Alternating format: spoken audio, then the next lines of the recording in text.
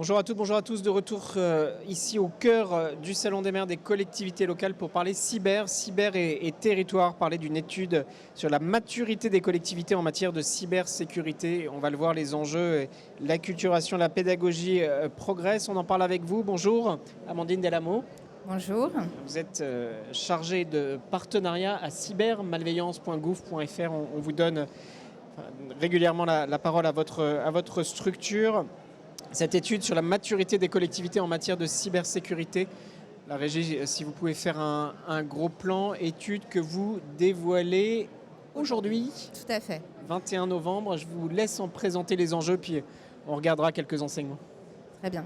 Alors juste avant de présenter les enjeux, juste quelques mots sur cybermalveillance.gouv.fr. Donc c'est un dispositif étatique qui vient en aide aux victimes d'actes de cybermalveillance, qui a été créé il y a un peu plus de 5 ans maintenant, et qui vient en aide aux collectivités, mais aussi aux particuliers, donc à vos administrés, et aux entreprises, donc notamment aux entreprises de votre territoire potentiellement, les TPE, PME qui n'ont pas non plus d'aide, d'accompagnement sur ce sujet de la cybersécurité et qui, elles non plus, n'ont pas conscience des enjeux. Donc on a un dispositif où donc on mène beaucoup d'actions en direction des collectivités et pour ce faire, pour que ça réponde aux besoins des collectivités, on essaye de faire des études. Et donc aujourd'hui sort une nouvelle étude sur la maturité. On en avait fait une il y a un peu plus de 2 ans sur les moins de 3500 habitants. Et là, vraiment, cette année, on a souhaité élargir cette cible. Donc, on est passé sur les collectivités de moins de 25 000 habitants pour essayer d'avoir une meilleure représentativité des communes en France. Donc, on est maintenant à 99%. Et on a eu un peu plus de 1000, un peu moins de 1200 collectivités qui ont répondu à cette enquête. Donc, on est très, très fiers déjà d'avoir ce panel de répondants qui mixe agents, donc à 76%, et les élus à 24%. Voilà. Et donc les enjeux, c'était vraiment d'essayer déjà les enjeux pour les collectivités, c'est tout ce qui est faire comprendre les attaques et les impacts de ces attaques pour les collectivités. Et puis également les incidences sur les administrés, la perte de confiance des administrés. Donc pour éviter tout ça, voilà, il était important de faire cette étude et de poser les bonnes questions auprès des collectivités. Les bonnes questions et des résultats qui sont plutôt encourageants. Je cite quelques éléments. 78% des répondants qui ont déjà été sensibilisés au moins une fois à la sécurité informatique. 94% des collectivités qui sont équipées d'au moins un dispositif de cybersécurité. Enfin, je renvoie à l'étude qui est en ligne sur vos supports. Mais des résultats, Des résultats encourageants. Ce qu'on peut voir, c'est que donc, malheureusement, les collectivités sont toujours attaquées. On a une collectivité sur 10 qui déclare donc avoir été attaquée, sachant qu'on est encore loin du compte et que je pense qu'une grande partie des collectivités n'osent pas encore dire qu'elles sont attaquées et que les conséquences sont très impactantes pour les collectivités. 40% déclarent qu'elles ont dû avoir une perte de service, donc un arrêt de l'activité des collectivités avec toutes les incidences qu'on imagine. 20% déclarent des pertes financières et 20% des pertes de données, donc des administrés. Voilà, c'est vraiment des conséquences importantes pour elles. Mais on s'aperçoit dans cette étude qu'elles sont quand même de plus en plus conscientes des risques. Donc peut-être par l'incident, malheureusement, par les autres collectivités attaquées, elles se rendent compte que la perception du risque augmente.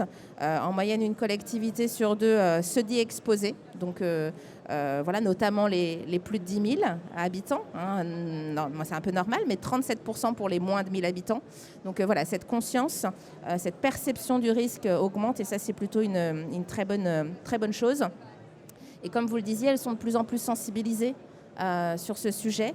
Autant en 2021, un tiers seulement des collectivités se disaient sensibilisées. Aujourd'hui, on est à plus de 78%.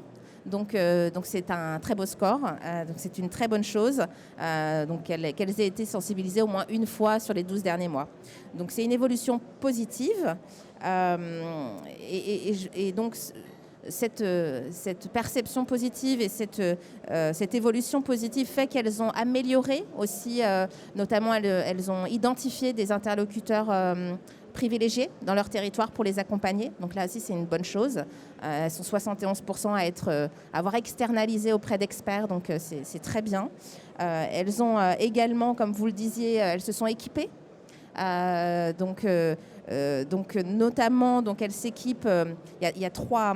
En moyenne, elles s'équipent de 3 équipements de sécurité. Les premières, les sauvegardes. Vous avez ensuite tout ce qui est antivirus et pare-feu. Donc c'est bien, c'est pas encore suffisant, mais c'est déjà une très bonne chose. Donc elles ont l'impression d'être protégées. D'accord. Maintenant, on ne l'est jamais assez. Mais...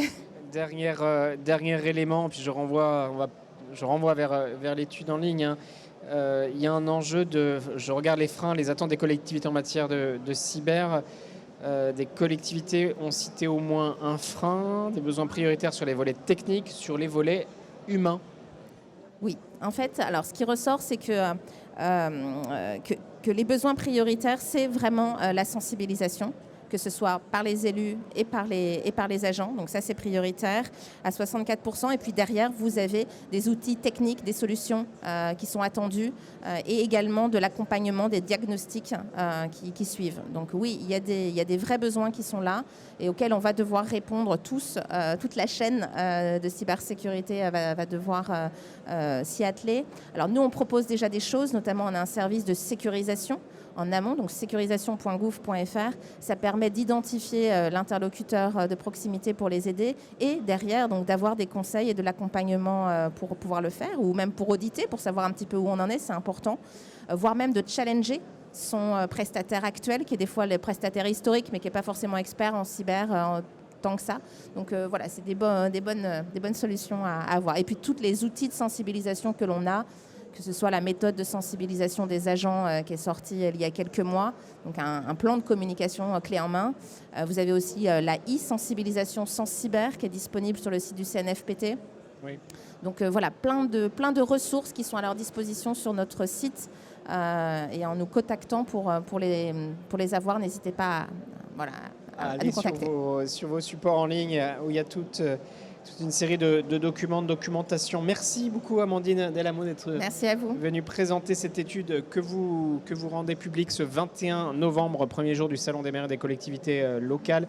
Étude maturité des collectivités en matière de cybersécurité. On la trouve donc en ligne sur cybermalveillance.gouv.fr. Tout à fait, dans la partie actualité ou en tapant études sur le moteur de recherche. C'est très simple. Merci beaucoup. On poursuit nos échanges ici au cœur du Salon des maires des collectivités. Je vous dis à très vite.